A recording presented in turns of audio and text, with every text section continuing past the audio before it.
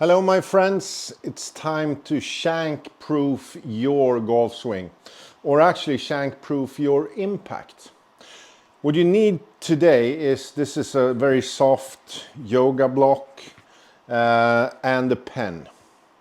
Why you need this is because it's half mental and half practice to shank proof your golf swing. If you don't want to hit this part of the golf club anymore, you need to change your mind, and then you need to practice.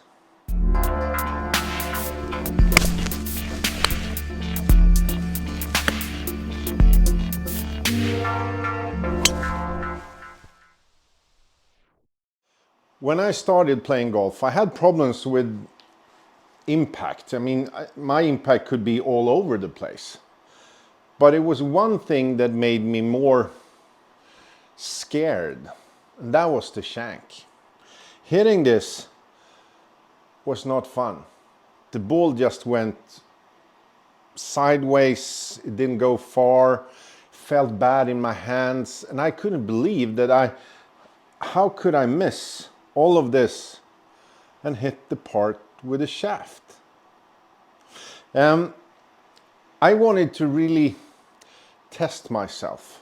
So I actually used a brick, but today I'm going to use a yoga block. My impact is still today, 20 years later. I did this pretty much pretty often when I started playing golf. My impact is still a little bit toey, so it's not in the center, but because I used something very scary like a brick, I didn't want to hit here because then it would hurt my hands, and I never did actually. Today we're going to use a yoga block instead. To fix this, it's mostly, I would say mostly, a misunderstanding. It's not so much how you do things. A lot of things with impact is misunderstanding. I mean, nobody wants to hit the ground 10 inches before the golf ball. It still happens every day on this range. It happens in lessons. People think that it's impossible to do, but they still do it. And they can't believe why. They can't understand why. And the reason is just a misunderstanding. This is the same. If I think that I'm hitting this, I'm not going to change anything. First, I need good feedback. The feedback will come from the block. If you want to use a golf ball or just a tee or whatever you like, but this will be visual for you to see. It's very easy for you to see, and that's why I'm using this today. But first I need to do a mental change.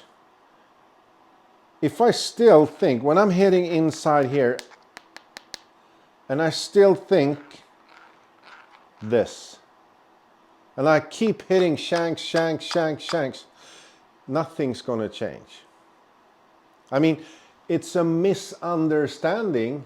I think I hit the ball here, but I hit it over here. Then I need to change how I think. First, I need to try to hit it out here. And now you say, I don't want to do it wrong. No, no, no, no. You're already doing it wrong. You're missing the sweet spot. But you need to know how you misunderstand it. So when you start hitting this part in your mind, you're probably going to be pretty perfect. I actually had a lesson with, he was probably a little bit more than 80 years old this week. And he was hitting his driver inside here. That could happen. It doesn't become a shank, but it's still the worst shot you can hit. And I asked him, could you please try to hit it as far out on the toe as possible? I even put a little dot over here. Took the pen and I said, hit that point. And he tried. They were perfect. All of them almost. Until he understood that I was actually tricking him into doing it correctly. And the ball went so much further. He loved it. But when he understood, he got back to hitting the heel of the driver. But he promised me to practice on this we're going to do today. You need a pen, you need an iron, and you need a changed mind. I'm going to use a 7-iron, and I'm going to mentally tell my brain to hit the ball out here. Mentally. My mind is going to try to hit the ball over here.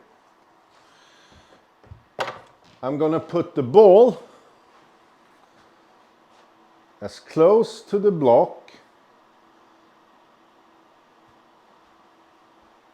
as I dare to.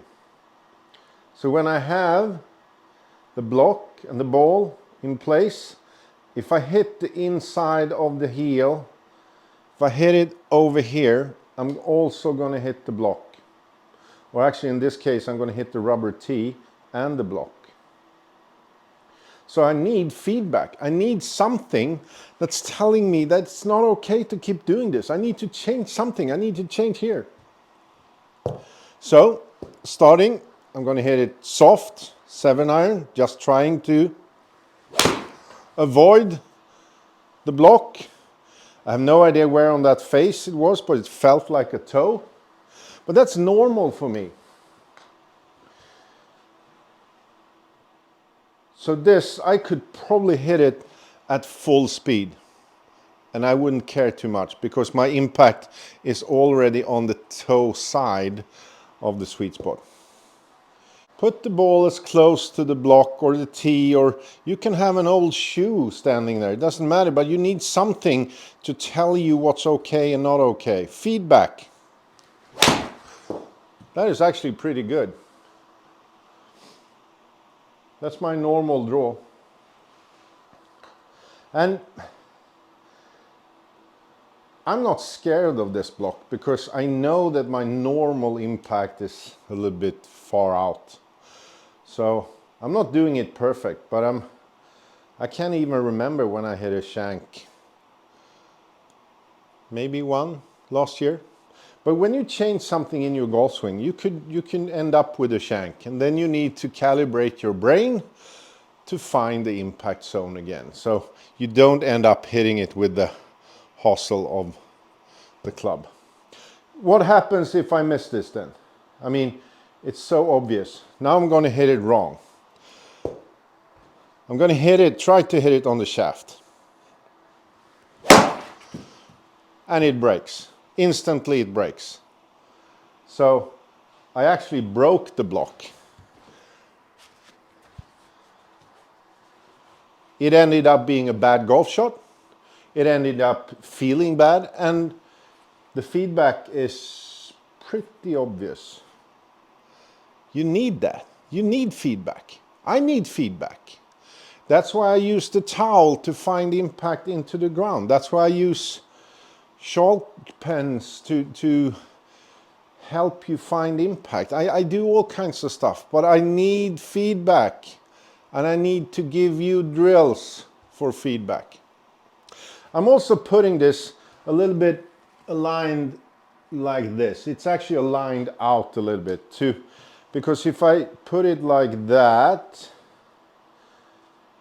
I will probably end up trying to swing straight. Put it on an angle so you can keep your mind on trying to get inside to out. First, move your mental impact out on the toe. Then put something on the ground and hit golf balls. When you can hit 10 in a row with that obstacle and the ball is actually doing the correct thing, you're probably pretty good at this. But you need to do it a few times, and if it comes back in a month or two, just do it again. One day your impact will be in the right spot on the face of the club. This helps all the clubs. I use the 7-iron. You can use the club that you have most trouble with. That's a good idea. Because if you fix the one you think is the hardest one, you're going to think everything else is fixed too. Good luck. No more shanks.